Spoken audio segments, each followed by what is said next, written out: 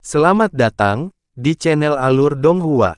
Sebelum menonton, silahkan subscribe, biar Mimin tambah semangat update-nya. Elder Miao dengan jelas mengenali pria ini dan dalam menghadapinya, dia berbicara dengan jelas, Wu Chou. Apa yang sedang kamu lakukan? Mungkinkah Anda ingin perang dengan 6 istana bersatu? Wu Chou dengan sombong, perang. Tuan muda ini tidak memiliki minat seperti itu. Tapi karena leluhur saya meninggalkan pengasingan dari kedalaman laut, inti iblis ikan mas binatang ini akan menjadi hadiah ucapan selamat untuknya. Bela diri leluhur Zenith Yin meninggalkan pengasingan. Kata-kata pemuda itu sangat menakuti 6 istana bersatu, dan saling memandang dengan cemas. Ketika Han Li melihat ini, dia merasa kagum. Leluhur bela diri Zenith Yin, ini benar-benar memiliki reputasi yang begitu besar. Tapi apa yang paling dia ingin tahu tentang adalah perasaan samar keakraban terhadap aura jahat pemuda. Setelah beberapa saat berpikir, Han Li merasa bahwa cahaya darah divine dan bengkok jiwa dikultivasikan tampak agak mirip dengan pemuda itu, meskipun mereka jauh lebih lemah. Dia tidak bisa membantu tetapi memberikan ide, kitab Yin mendalam, yang disebutkan dalam slip batu giok abu-abu. Han Li, mungkinkah ada hubungannya dengan Yin Iblis Qi yang mendalam ini? Sebelum Han Li dapat lebih jauh, Elder Miao dengan keras mencela, Wu Chou, Anda berbicara besar. Apakah 100 tahun lalu mendukung dia membuat terobosan besar? Jangan bilang leluhurmu menjadi jiwa baru lahir tahap menengah selama waktu itu. Mendengar itu Wu Chou tertawa. Hehe, Istana 6, Anda benar-benar tidak tahu apa-apa. Siapa yang memberitahumu leluhur klanku masuk kultivasi untuk mencapai jiwa yang baru lahir? Leluhur saya memasuki pengasingan untuk kultivasi seni iblis yang tiada taranya. Wu Chou menyatakan dengan bangga. Penatua Miao dan Gu tampak terdiam. Karena Anda sekarang tahu ketenaran klan leluhur saya, tuan muda ini akan membawa inti binatang ikan mas, apa Istana 6 Anda tidak memberikan wajah Pulau Zenith Yin kami? Wu Chou dengan sombong berkata. Setelah mendengar kata-katanya yang menyebalkan, wajah Elder Miao memucat, dan mata Elder Gu berkedip, tetapi keduanya tetap diam. Adapun yang lain, mereka tidak bisa membantu mengambil beberapa langkah mundur. Ketika Feng Saniang melihat ini, dia mengerutkan kening. Semua orang di sini diundang untuk bertarung dengan binatang iblis, mereka bukan bawahan dari Istana Six. Meskipun Istana Six memiliki 2 kultivator pendiri yayasan awal, mereka telah lelah dengan mengaktifkan harta langka kuno, meskipun Wu Chou merupakan kultivator formasi inti awal. Dia mengkultivasikan seni iblis terbaik di Laut Bintang, seni Yin mendalam. Dia jauh di atas kultivator formasi inti pada umumnya. Selain itu, ia memiliki dukungan dari bela diri leluhur Zenith Yin, iblis jahat yang dikenal oleh semua bintang laut, tidak ada yang berani memprovokasi mereka. Tetapi membiarkan Wu Chou mengambil inti binatang ikan emas di depan mata mereka, membuat Istana Six kehilangan muka. Tidak hanya itu, tetapi mereka juga akan tampak lemah dan mudah ditindas, ini akan memperburuk citra mereka. Pada saat ini, Elder Gu dan Elder Miao saling berpandang.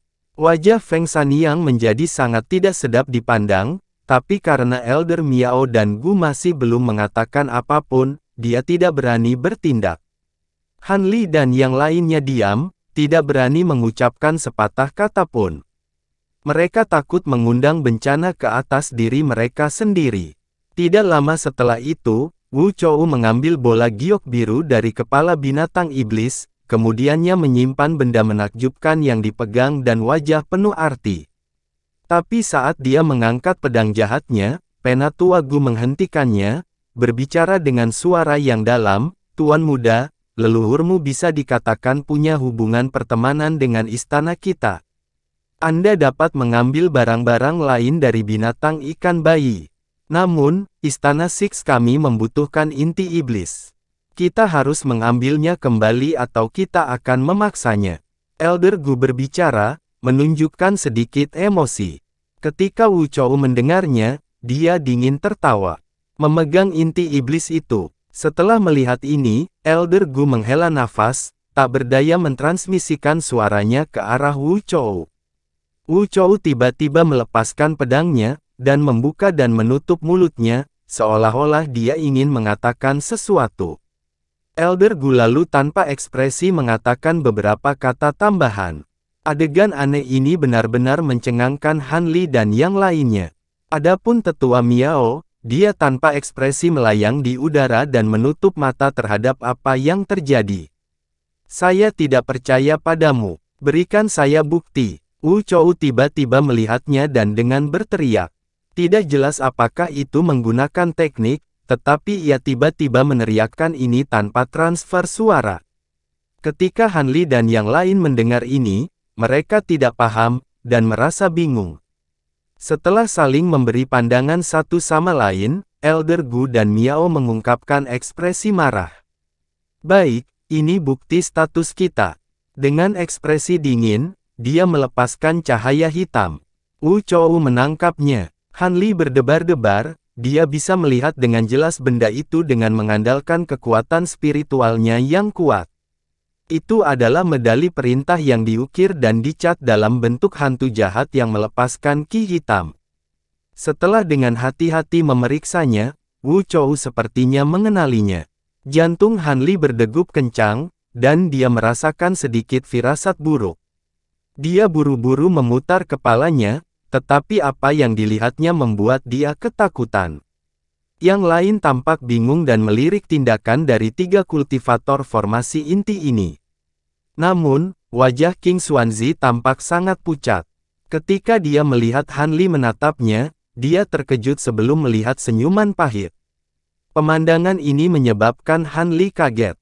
Dia langsung buru-buru mengeluarkan Winbot Divine-nya. Setelah Sol Bengkok naik, ia segera berubah menjadi seberkas cahaya putih dan buru-buru melarikan diri ke arah pulau kecil. Tindakan aneh King Xuanzi dan Han Li membuat Feng Sanyang dan kultivator lainnya merasa sangat bingung. Ketika Elder Gu dan Miao melihat ini, mereka mengungkapkan ekspresi dingin. Penatua Gu dengan sinis, kami akan bertanggung jawab untuk membunuh 2 orang yang kabur. Elder Brother Wu, saya akan menyerahkan sisanya kepada Anda. Petik 1. Tanpa menunggu tanggapan Wu Chou, Elder Gu dan Miao berubah menjadi 2 garis cahaya, menghilang tanpa jejak ke arah Han Li dan King Xuanzi. Hah! Anda semua pasti tidak beruntung, setelah menyaksikan sesuatu yang seharusnya tidak Anda lihat. Sekarang, tuan muda ini akan mengambil jiwa Anda. Wu Chou membentangkan tangan. Tekanan yang luar biasa padat langsung melanda Feng Sanyang dan yang lainnya. Didorong kekuatan pendirian Yayasan Han Li, kecepatan perahu angin Divine melaju sangat cepat. Ketika Han Li melihat bahwa pulau kecil berada dalam jarak yang cukup dekat, dia dengan menghela nafas lega. Tapi ketika dia menoleh untuk menghilangkan keringatnya, dia merasakan darahnya menjadi dingin, mendengar sesuatu yang datang dari belakang. Han Li langsung bereaksi, menginjak perahu angin Divine-nya dan menyebabkannya memberondong ke samping.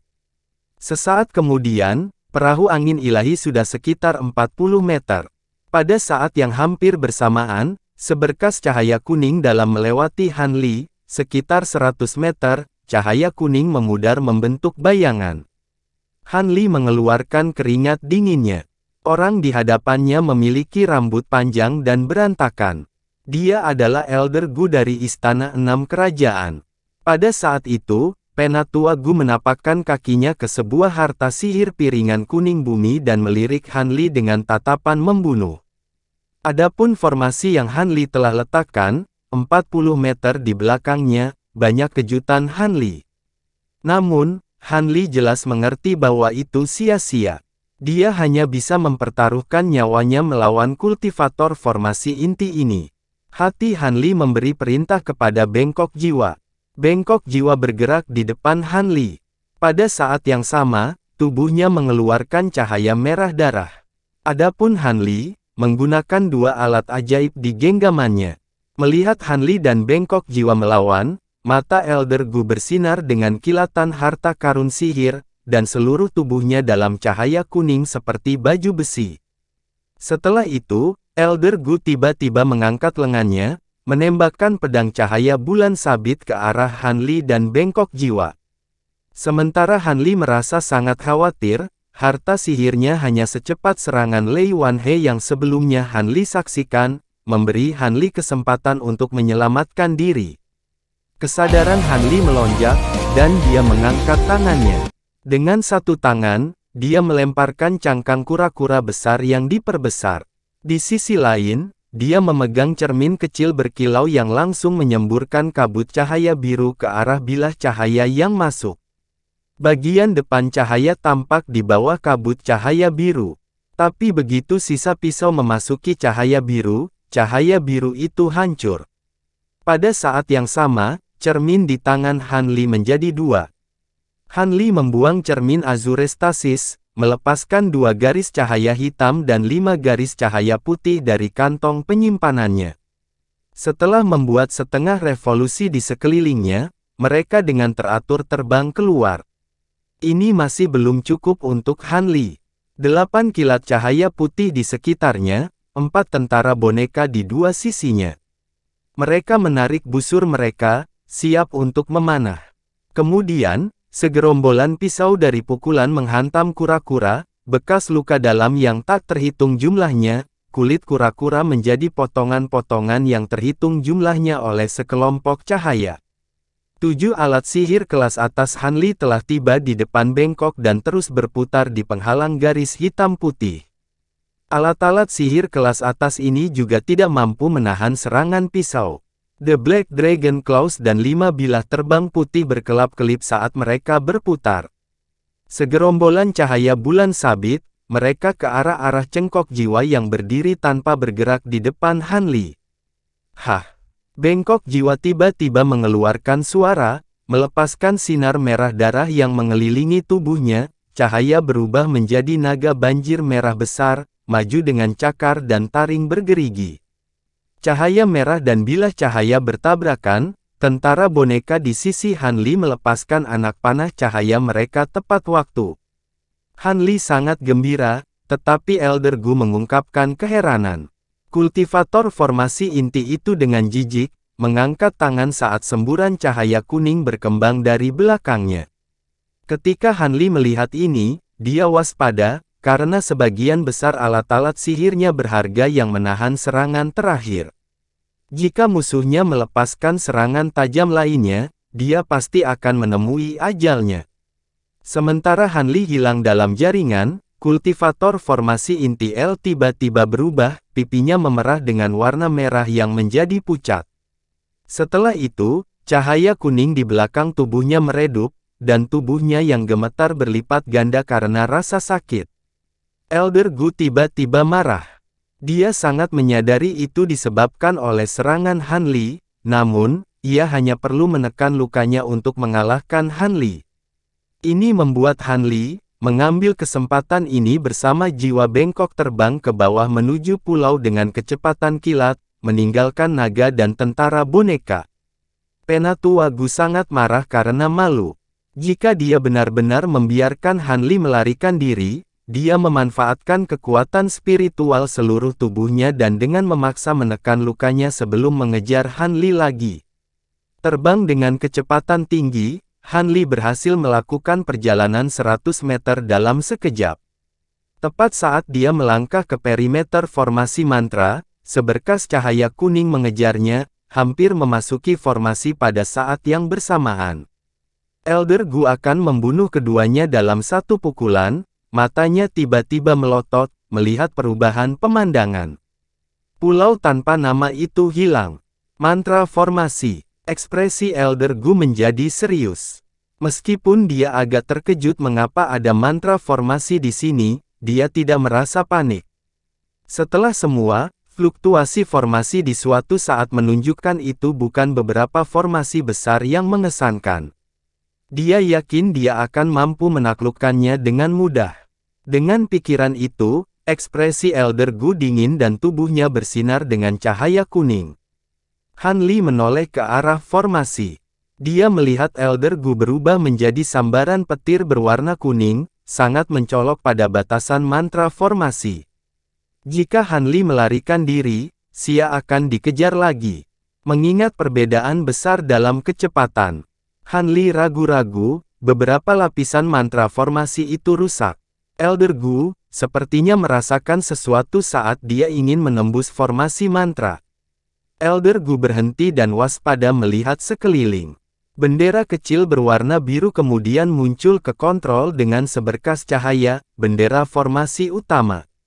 Setelah membisikkan sebuah mantra, Han Li melemparkan bendera. Bendera berubah menjadi seberkas cahaya biru, menyatu dengan formasi. Setelah itu, pemandangan di depan mata Elder Gu berubah sekali lagi.